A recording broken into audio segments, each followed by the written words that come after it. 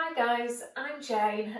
Today's workout is going to be mainly an upper body workout, so you're going to be really filling your arms today, but we're going to be following the Pilates principles, utilising two pieces of equipment, so the ball and the elastic band. I do recommend not going too heavy with your bands, so this one is a medium band, but anywhere from light to medium I recommend. So we're going to start with the spinal warm-up. So coming into all fours, just hands underneath the shoulders, knees underneath the hips, and just find your neutral spine. So you want to feel that your back is nice and level, like the top of the table. Focus on your breath here, so breathing into the back and into the sides of the rib cage, trying to feel the expansion of your rib cage on your in-breath, and then the narrowing of the rib cage on the out-breath. And on your next out-breath, I want you to use it to connect to your deep core muscles, so pelvic floor, transverse abdominis, so feel that you're gently pulling up and drawing in. Now on your next out breath, curl the tail underneath you to round through your lower spine and using that in breath to release your pelvis back to neutral. I always like to start off with a really small range of motion just to build body awareness. So ribs, neck and head staying still and stable and just having an awareness of the movement you've got through that pelvis and the lower spine. And then when you feel the control of that movement, I want you to take the movement through the whole of the spine. So you're curling that tail under to round through that lower spine and then continuing that movement through the rest of the spine. Chin coming towards the chest, looking at your belly and feeling the rounded shape that you've created at the two ends of the spine, and then coming back to neutral, pelvis first and neck and head last. Focus on initiating the movement from the pelvis first and delaying movement in the neck and head as long as you can, so you feel that even distribution of movement through the spine. And as you come back to that neutral position, as you come back to a straight spine, I want you to keep the upwards energy of the torso. So it's a sense of your lower belly, your ribs still lifting up into your spine. So we're going to do this one more time, just feeling the work the abdominals are doing here to stretch through the back. And then coming back to neutral. So we're going to maintain neutral spine here, and we're going to start to bring some movement through the shoulders as this is an upper body workout. So keeping the spine long, lower the chest and the rib cage towards the mat, and then lift the chest and the rib cage away from the mat. So the arms stay straight and the spine stays straight when you do this. So my focus is trying to feel that oppositional reach between the crown of the head and the tailbone. Now on the lower face of the chest and the rib cage, I want you to feel the shoulder blades move towards the spine. We call this retraction. And when you lift, I want you to feel how the shoulder blades move away from the spine, and we call this protraction. So we're just really warming up the muscles that support the shoulder blades on the rib cage, just having that a strong awareness of that range of motion. So really going for that range. Now I want you to hold that lifted position, so you're trying to keep that width between the shoulder blades, but you're checking that when you do this, you're not allowing rounding in your spine, so we want to keep that nice straight back. Going into a rotational movement now, I want you to reach your right hand underneath your left shoulder. So really trying to drop that right shoulder downwards towards the mat here. Press into the back of that right hand and feel that you're pulling your rib cage to the right as your arm reaches towards the left, and then changing sides. So I like to hold it just for a little stretch, making sure that you're bending that supporting arm so you're not bringing too much pressure through the shoulder. Press your hand down to the floor and then feel that you're really pulling your rib cage back. And we'll just do this one more time each side. So I'm just trying to feel the rotation through the ribs here, trying to keep my pelvis as steady as I can, so minimising any movement in the hips, seeing if we can get a little bit closer to the floor each time. So I'm really stretching through the back ribs on the side that I'm rotating away from, and again warming up through the upper body. It's like doing a single arm push up, so pushing into that supporting arm. And then just sitting back onto the heels, hopefully body feeling a little warmer now. So we're going to use the ball next. So scoot to the front of the mat, so you've got the length of the mat behind you, and just grab hold of your ball, and you're going to pop the ball underneath your shoulders. Okay, so you might have to scoot around until you get that sweet spot, but if I had to retract my shoulder blades, I would be squeezing the ball between those shoulder blades. Now, we want the pelvis as close to neutral as your body allows, so think about those three bony landmarks at the front of your pelvis. So your two pelvic bones, we sometimes refer to as the hip bones, and the pubic bone, they should all be pretty level with one another. If you've got a delicate lower back, it might be a little bit kinder to you if you slightly tip your pelvis backwards so your pubic bone comes a little closer to that belly button. And then from here, just interlocking your hands behind your head and just allowing your head to rest in your hands. Keeping that pelvis steady, I want you to reach your chest bone backwards over the bar and then to come up, nod the chin and feel that you're dropping the ribs down to lift the head and chest up. So your range of motion should be as big or as small as you can keep the pelvis still and stable. And on that back bend, focus on nodding the chin towards the chest a little. So your head only goes back because it's following the upper spine as it goes back. So if we can stabilise the pelvis, if we can stabilise the neck, we're really optimising the movement in the ribcage part of the spine. So this is good for bringing mobility through that mid-upper back area. And we're stretching through the front of the spine, trying to keep those shoulders nice and relaxed. Now I like to focus on breath because breath is one principle of Pilates. I'm using the inhalation to extend backwards over the bar and then the out breath to engage the abdominals and lift back up again. So adding a little bit more movement here. I'm going to reach the arm back as the spine goes back and then circle the arm out to the side while arm comes forwards as the spine comes forward. So we're going to do this 3 more times. So we want to feel that the arm is simply following the spine as the spine goes through its motion and then changing sides. So by adding the circle of the arm, it's a delicious stretch for the chest, for the front of the shoulder. And I'm also using the movement of my arm to facilitate the movement of the spine. So the arm reaches back to assist in the extension of the spine, and then the arm reaches forwards to assist in the forwards motion of the spine. Now, if your body allows you to, I want you to allow the head and neck to go all the way back over that bar, and then release the head. And if this doesn't feel kind to the neck, if it feels a bit too pinched because your head is a bit like that, then you could put a towel or a pillow underneath your head. And then you're going to reach your arms up to the ceiling, and we're going to do a rowing action, so bending the elbows out to the side walls and then reaching the arms up to the ceiling.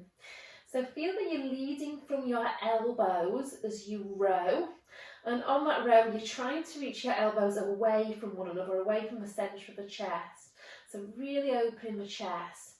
Now when the ball is underneath your shoulders, all the tissues at the front of the torso, all those muscles there and the tissues have to lengthen. And by adding the row, we're further lengthening those tissues. So this is a really deep stretch for the chest and the shoulders. Only go where your body allows you to go, guys. So don't force your body if your body doesn't like it. Now next time when you row, you're going to hold it. And then you're going to rotate your arms backwards so your palms face the ceiling and then rotate forwards. Now as I do this, guys, I'm still thinking of reaching my elbows away from the centre of my chest. I'm thinking of my upper arm bones spinning backwards in their sockets and just allowing the lower arms to follow the upper arms as the upper arms turn back. Still trying to keep that pelvis nice and stable. Now keeping those arms rotated backwards, we've got external rotation of the shoulders. See if you can keep the elbows on the floor as you extend those elbows and bend those elbows. So this again is a deep stretch, and you've got to watch that when you do this you're not now starting to really arch through that lower back. So it shouldn't feel unkind to your lower back. You've got the option of having your arms hovering off the floor if you need it. So we're going to do this one more time, and then just bring your arms to the sides of your body, and to get out of this one you're going to simply just roll onto your side and just push yourself up to sit in. Okay, so starting to work with the band, I'm going to give you the side profile with this. We're going to do an exercise called chest expansion. Now this is an exercise that we do on the reformer. When we do it on the reformer, we're also challenging balance a little bit because we're moving on an unstable surface. So we haven't got that challenge here, but this exercise is still really challenging even without that. So you're going to take your band. I like to grip the band so that the tail ends of the band come out of the little finger sides of the hands, and just find the place that when your arms are straight you've got really gentle tension on the band. Focus on your hip position. If you're tight through the front of the hip wants to live in this position. You've got to push the hips forwards, draw the pubic bone up to the belly button, and keep those ribs reaching in, front ribs reaching into the back ribs. Okay, open the chest and widen the collarbones, and you're going to reach your arms as far behind you as you can maintain the alignment of your spine. So for me, the challenging part of this exercise is to make sure that when the arms go back, the shoulders don't go forwards. So by focusing and opening the chest and widening the collarbones, that will send the shoulder blades to where they need to be on the rib cage and give you a lot of mid-upper back activation. Really working into the back of the arms and the lats with this exercise as well. So really working through the shoulder extensors. Now challenging this more, you're going to pull back and stay back, keeping those abdominals engaged. Add a hip hinge. So the challenge here is to bend from the hips, maintaining neutral spine, keep pulling the band behind you, and then push your hips forwards, keep your arms back, and then release. So arms go behind the spine, shoulders go back with them, and then tip from the hips. The challenging bit here is to make sure there's no articulation in the spine, so it takes a lot of core control. Squeeze your glutes and push your hips forwards, bring your arms back. Now it takes a lot of strength through the backs of the arms and your back muscles to keep the arms behind you through the whole of the hinge. I'm going to ask you to stay there on that next repetition. So we reach back and stay back, hinge from the hips, keeping that long reach for the spine, and then you're going to bend the elbows. It's a little bit of relief here, and then extend. So really working into those triceps, but still maintaining a straight line in the spine from the head to the tailbone. Now I do recommend trying to get up to 10 reps, and again checking that when you extend those elbows, those shoulders don't drop, so keep working to widen that chest, keep the arms behind you, and circle for 5, 4, 3, 2, 1, change direction, fight to keep alignment in the spine, and then release. That's hard. So popping the band to the side, and you're going to come back into all fours. And in this position, guys, I want you to find that lift to the chest and the rib cage. So I want to feel that those shoulder blades are in protraction, but without having to round the spine. So in this position, I'm always looking for good utilisation of the shoulder stabilisers.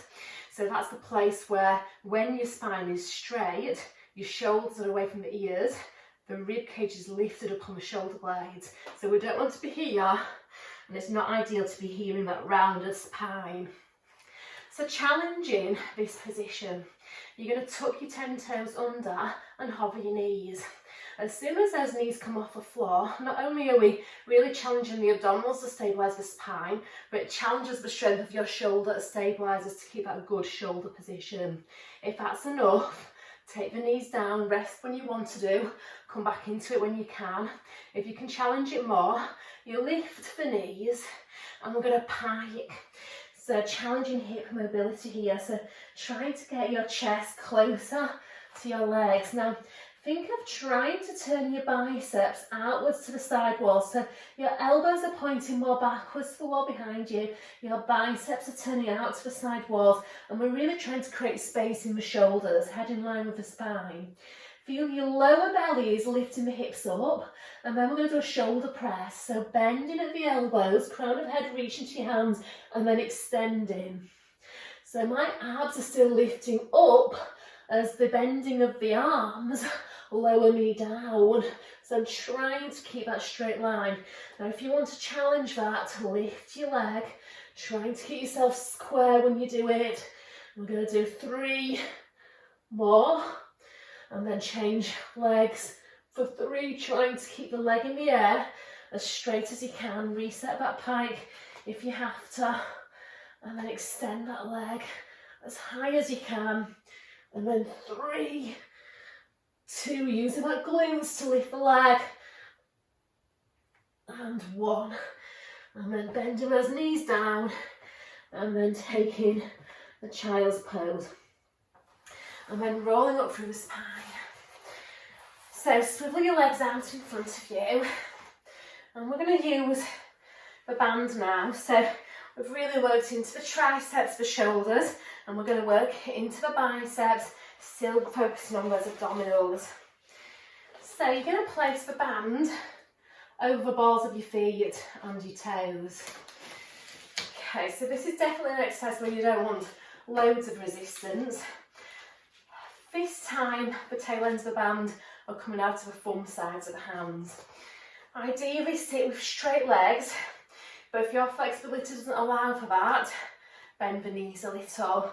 We really want to find a place where the pelvis is in neutral, so it's upright in its vertical position and you're lifting your upper back out of your lower back. Turn the palms up. Feel your shoulder blades are subtly retracting. We're not jamming them anywhere, but they're slightly pulling back, and elbows feel to be spiralling inwards as your hands feel to be spiralling outwards. And then just doing bicep curls. So you're trying to bring your hands to the front of the shoulders, fully extending those elbows each time, trying to keep the collarbones wide and the spine long. I'm using that band to lift my spine up taller each time, trying to fully straighten the arms every single repetition. Breathing out for that bicep curl, breathing in on that elbow extension. 2 more here. How tall can you sit? Can you keep the shoulders down? And then you're going to bend your elbows, bring your hands onto your chest so the knuckles fit into one another. So we call this the front row, the back row position. Is part of the reformer repertoire. So we're just going to do some abdominals here. I have to bend my knees a little so that I get more movement in my lower back. So curling the pelvis under, so you're drawing your pubic bone up to your belly button, roll back onto your pelvis, but keep your eye gaze fixed on the horizon in front of you to come up, chest bone rounds forward, and then the spine lengthens up tall. So we're going to do that a couple more times, really drawing that pubic bone upwards towards the belly button, and then to come up, chest bone comes forward, and then really extend through the spine. So I'm trying to feel my torso movement here, guys.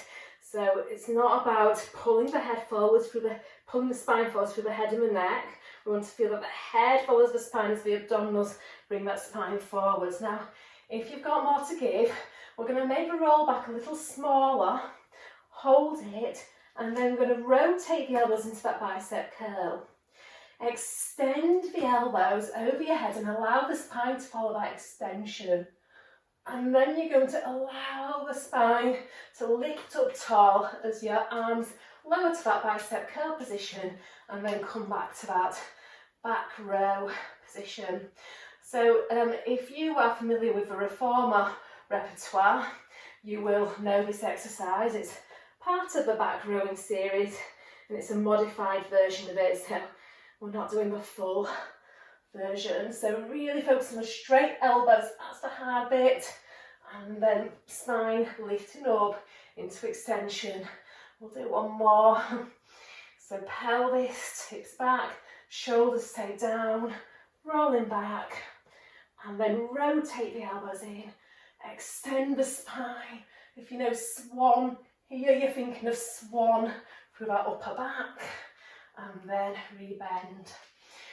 Okay, so we're going to come onto our bellies for one more exercise. So bringing that band with you. So coming onto your belly. So from here, I would like you to hold the band in the small of your lower back. I am going to go for an overhand grip, because the overhand grip is going to encourage a better shoulder position. Now, I've got the width of 2 hands between my 2 hands, so that when I bring the hands together, the band is quite loose. So pelvis wants to be nice and level on the mat, so choose the leg position that allows for that. If you tight through the front of the hip, you will have to go wider with your legs, otherwise challenge the position by going as narrow as you can. So pubic bone draws up to your belly button, your 2 pelvic bones are still on the mat, and then forehead is pointing down, nose is pointing down to the mat. So we're going to start by rotating the shoulders back, and then you're going to reach the band backwards towards your feet.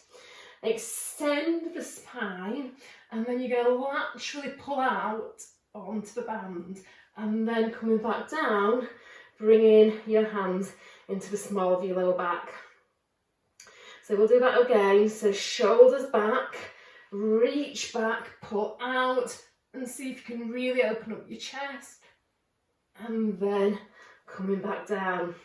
So that lateral pull of the band, really, really great here for activating the lateral aspect of the shoulders, keeping that belly button pulled in. And on that next one, we're going to stay up in that back extension. So lifting that spine up, making sure that the pelvis is staying in a neutral position, pulling that band out wide. And then you're going to pull out a little bit wider, resisting, wider, resisting. Keep drawing that pubic bone upwards towards your belly button here, opening the chest, widening the collarbones. And last one. And then release. And then popping the band to the side and just stretching out.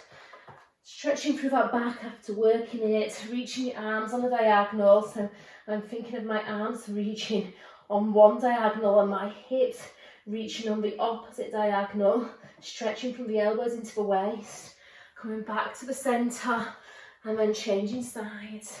So stretching from your elbows all the way into your waist, creeping those fingertips forwards, and then we are done. Hope you got what you needed from that. Thank you guys.